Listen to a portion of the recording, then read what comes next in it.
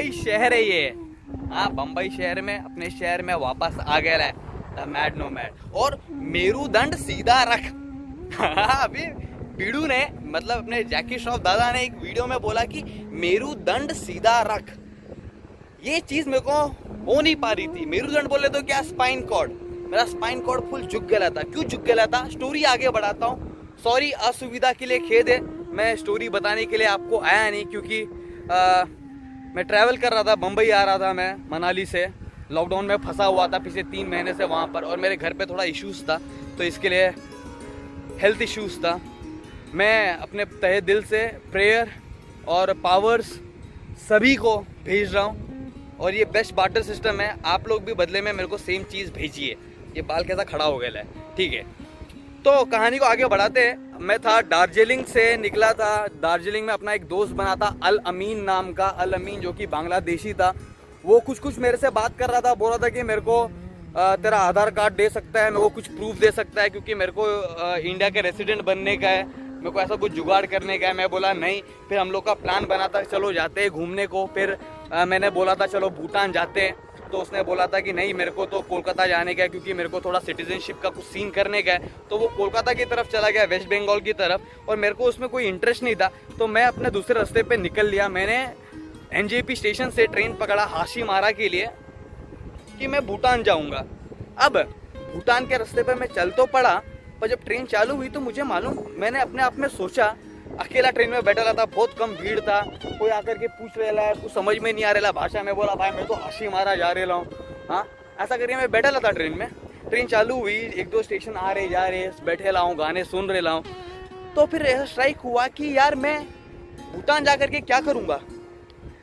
मैंने तो 7 सिस्टर्स का प्लान किया था ना। मेरे को तो इम्पोर्टेंट था कि भारत का 7 सिस्टर्स में वो कवर करना है। तो 7 सिस्टर्स तो मैंने कवर ही नहीं किया। अब तो क्या, सिक्किम गैंगटॉक घूमेला, दार्जिलिंग घूमेला, और ये सिलीगुड़ी घूमेला, और अभी मैं बोल रहा हूँ सीधा भूटान जाने के लिए। और पैसा पानी भी कम है जेब में। 8,000 रुपया ही था अपने पास टोटल कुल मिला करके, जिसमें से 3-4 की पावती जल गई थी। तो मैं बोला कि यार ये तो मतलब नहीं बनता, मतलब फन नहीं होएगा, जा करके टच करके आना मतलब क्या है, मजा नहीं है। तो जो फोकस किया था, चलो उस पर फोकस करते हैं और 7 सिस्टर्स को ही, है ना, फील लेते हैं। तो ऐसा करके ट्रेन में कोई भाई चढ़ा, तो मैं बोला कि भाई अभी कैसे क्या कर सकता हूँ, मेरे को जाने का है थोड़ा ये 7 सिस्टर्स साइड घूमने का है, नागालैंड, मणिपुर, मिजोरम, तो किधर पे उतरूँ। तो बोला कि अभी ये ट्रेन से आप जाओ अलीपुर द्वार जंक्शन उतर जाओ। अलीपुर द्वार जंक्शन से आपको बस लेना पड़ेगा गुवाहाटी के लिए। अब मेरे को ये स्टेशन का नाम मालूम पड़ गया, अलीपुर द्वार जंक्शन। अलीपुर द्वार जंक्शन आया, मैं अलीपुर द्वार जंक्शन में उतर गया हूँ। उतर करके वहाँ पर मेरी एक टीटी से मुलाकात हुई। वो टीटी को मैं कभी नहीं भूल सकता। जो टिकट एग्जामिनर होते ना, गप्पू सी एक फीमेल थी, बड़ी स्वीट थी, बड़ी हंसते हंसते बात कर रही थी वो। मैंने बोला कि मैम यहाँ से कहाँ से निकल करके मैं किधर को जाऊँ। तो बोली कि ऐसा ऐसा करके जाओ, वहाँ पर बस स्टैंड है, वहाँ से आपको मिलेगा गुवाहाटी के लिए। और ये बोली कि आपको ऐसा 6-7 घंटा लगेगा। अब 6 घंटे में आप पहुँच जाओगे गुवाहाटी, कुछ 300 किलोमीटर तक है। वहाँ पर गया, गुवाहाटी की टिकट मैंने निकाली। अब मैं देखो ट्रैवल कर रहा हूँ। मैं दार्जिलिंग से निकला हूँ। दार्जिलिंग से मैं फिर ट्रेन में वो सिलीगुड़ी आकर के ट्रेन में एनजेपी से बैठ गया हूँ। उसके बाद में मैं फिर गुवाहाटी के लिए बस ले लिया हूँ अलीपुर द्वार जंक्शन से। और अलीपुर द्वार जंक्शन से मैं गुवाहाटी पहुँच गया हूँ। कुछ 300 किलोमीटर और 6 घंटे का सफ़र। उसके बाद में गुवाहाटी उतरने के बाद में वैसी तुरंत मैंने दूसरी बस ली इम्फाल के लिए। अब मुझे लगा कि इम्फाल जो है वो शायद नागालैंड में जगह पड़ता है, इम्फाल। हाँ, तो मैंने वहाँ की टिकट ली। अब ये इम्फाल गुवाहाटी से है कुछ 480 किलोमीटर दूर, और कम से कम 14 घंटे लगते हैं। तो 14 घंटे 480 किलोमीटर फिर से मैं बैठ गया बस में। बस में कोई नहीं था। फिर बस में लोग चढ़े उतर गए, मैं अकेला हूँ, बैठा हूँ। मेरा मेरुदंड सीधा नहीं हो पा रहा है। मेरुदंड सीधा रख, बट मेरुदंड मेरा टेढ़ा मेढ़ा हो गया है भाई। फुल झुक गया हूँ मैं थक के, क्योंकि कुछ ओवरऑल ये जो हुई कुछ 780 किलोमीटर की जर्नी हो गई मेरी अलीपुर द्वार जंक्शन से इम्फाल पहुंचने तक की, जो कि मणिपुर का कैपिटल है।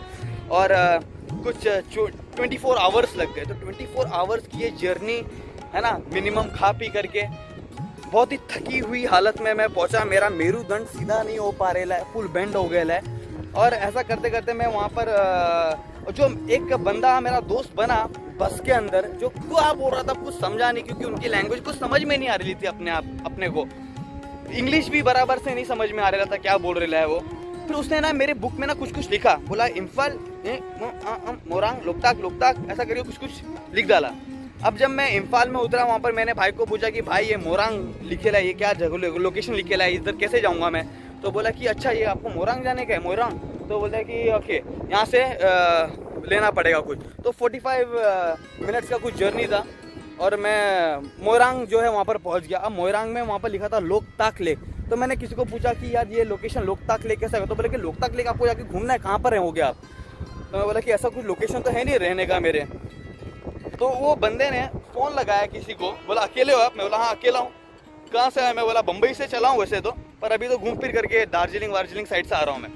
तो उस इंसान ने किसी को फ़ोन लगाया, अपने लैंग्वेज में बातचीत की और उन्होंने बोला कि चल ठीक है तू अपने साथ में चल, मतलब एक होम स्टे में रहेगा। मैं बोला कि वाई नॉट, ज़्यादा पैसा तो नहीं लगेगा। तो बोलता वैसा तो वो पैसा लेता भी नहीं है, पर बहुत ज़्यादा चीप ही रहेगा, ज़्यादा महंगा नहीं रहेगा और अच्छा रहेगा, मज़ा आएगा तुझे, और लोकताक लेक वगैरह भी ये घुमाएंगे, बहुत अच्छे इंसान है। मैं बोला कि ठीक है वाई नॉट, लेट्स गो। और मैं वहाँ पर गया। अब ये होम स्टे का नाम था माई पाक चाओ होम स्टे, MAIPAKCHAO, माई पाक चाओ होम स्टे। मेरा मेरुदंड सीधा नहीं है, फुल झुक करके कुबड़ा होकर के मैं उधर पे पहुंचे रहा हूँ सड़ेली हालत में यार। पर जिंदगी में कभी ऐसा मुझे नहीं लगता किसी के साथ में हुआ होगा, या हो भी सकता है, पर मेरे साथ में तो पहली बार हुआ था।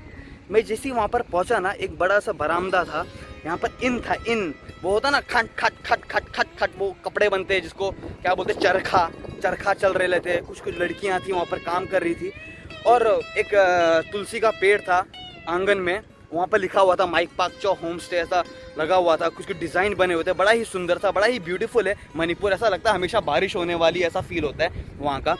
और वहाँ पर ना एक छोटी छोटी बच्चियाँ आती है 3-4, और वो ना फूल देती है मुझे, जो मणिपुर का कोई स्पेशल फूल है, वो फूल मुझे दे करके वो ग्रीट करते हैं कि मैं आया हूँ उनके पास, कोई उनके घर में पधारा है तो अतिथि देवो भव। तो वो फूल दे करके मुझे ग्रीट किया गया। वो बड़ा ही अलग फीलिंग था यार। मैं तो, मेरा मेरुदंड टूट गया था। और ऐसी थकी मरी सड़ीली हालत में टेढ़ा मेढ़ा मुंह लेकर के पहुंचेला एक इंसान, बदबूदार मोजे उतारो तो ऐसा बदबू कि 4-5 लोग ढेर हो जाएंगे जगह पे, मरेले चूहे की माफिक गंदी बदबू। और वो प्यारी प्यारी बच्चियां क्यूट सी फूल लेकर के आके मेरे को ऐसा दी, ग्रीट किए। उतने में वो आए, मैं हेलो सर। वो उनको इंग्लिश आती थी, उनको राष्ट्रीय युवा पुरस्कार भी मिला है वो शख्स को। उनकी वाइफ भी थी।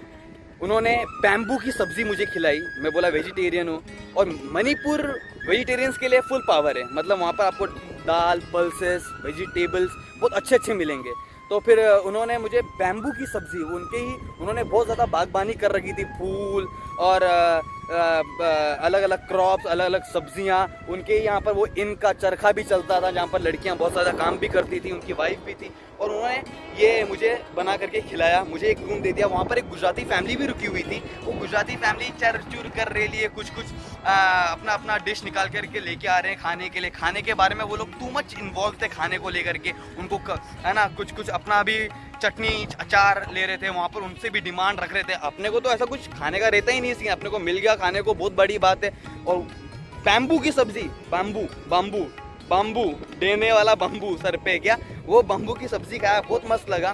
फिर वो हमको शाम को ऐसे घुमाते लेकर के गए, और मैं पहुंच गया लोकताक लेक। अब मैं जब बम्बई से चला था, मुझे इल्म ही नहीं था ये लोकताक लेक नाम की भी कोई जगह है। मणिपुर में इम्फाल कैपिटल होता है, मोइरांग नाम की जगह है, ऐसा कुछ सब हो रहा था मेरे साथ में।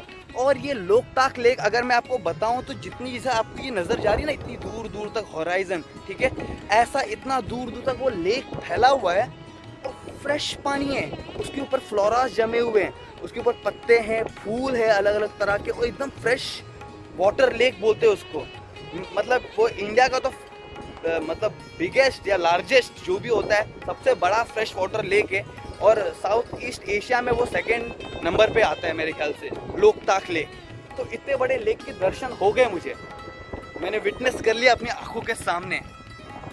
वहाँ पर मैं रुका, वहाँ पर वो लड़कियों से मैंने बात की जो चरखा का काम कर रही थी, जहाँ पर मैं रुका हुआ था। उनका नाम किसी का तिबो भी था, किसी का थायो बी था, इसका नैरो बी था, तो इस तरह के नाम थे वहाँ पर। दूसरे दिन मैंने उनको बोला कि कितना दूँ, तो बोले कि nothing, it's okay, it's fine. मैं बोला कि नहीं नहीं नहीं, फिर दिया मैंने उनको कुछ 300 या 500 ऐसा कुछ मैंने दिया उनको, क्योंकि मैंने खाना भी खाया वहाँ पर ही, मैंने स्टे भी किया। मुझे उन्होंने एक सेपरेट कमरा दे दिया था, वो गुजराती फैमिली से हट करके परे एक दूर, तो बड़ा मस्त से रहा, बड़ी अच्छी से उनकी क्यूजीन खाए। और दूसरे दिन मॉर्निंग में मेरी एक तस्वीर भी है, वो चड्डे में ही हूँ मैं, सवेरे उठ करके मैंने वो अंकल आंटी के साथ में फ़ोटो खींचा माई पैक्शा होम स्टे के नीचे ही, और फिर मैंने दोपहर तक अपना पैकिंग वैकिंग किया और मैं निकल गया रास्ते पे। अब मैंने प्लान बनाया कि अब थोड़ा निकलते हैं, कहीं जाते हैं यार। और मैंने पूछा, मेरे अंकल से सजेस्ट किया कि सर अंकल मैं कहाँ पर घूमूँ यहाँ पर, है ना, 7 सिस्टर्स मुझे घूमना है। तो बोला कि तूने कभी नागालैंड का हॉर्नबिल फेस्टिवल घूमा है और शंघाई फेस्टिवल घूमा है, ये जो शिलोंग वगैरह में होता है। मैं बोला नहीं, मैंने तो कभी नहीं घूमा है। तो बोले देख, अभी शिलोंग का अभी शंघाई फेस्टिवल के लिए तो थोड़ा समय है, तो तू हॉर्नबिल फेस्टिवल जा सकता है, जो कि अभी 2 दिन में शुरू होने वाला है नागालैंड में। और नागालैंड नाम सुनकर के फीलिंग आ रही थी।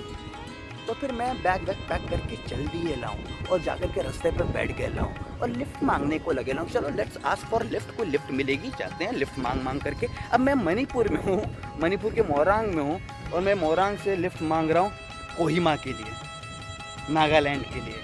तो क्या होगा वो आपको आगे मालूम पड़ेगा। This is the mad no mad. Mad no mad आपको ऐसी ही कहानी सुनाने के लिए आते रहेगा और कहानी अब से बरकरार रखेगा।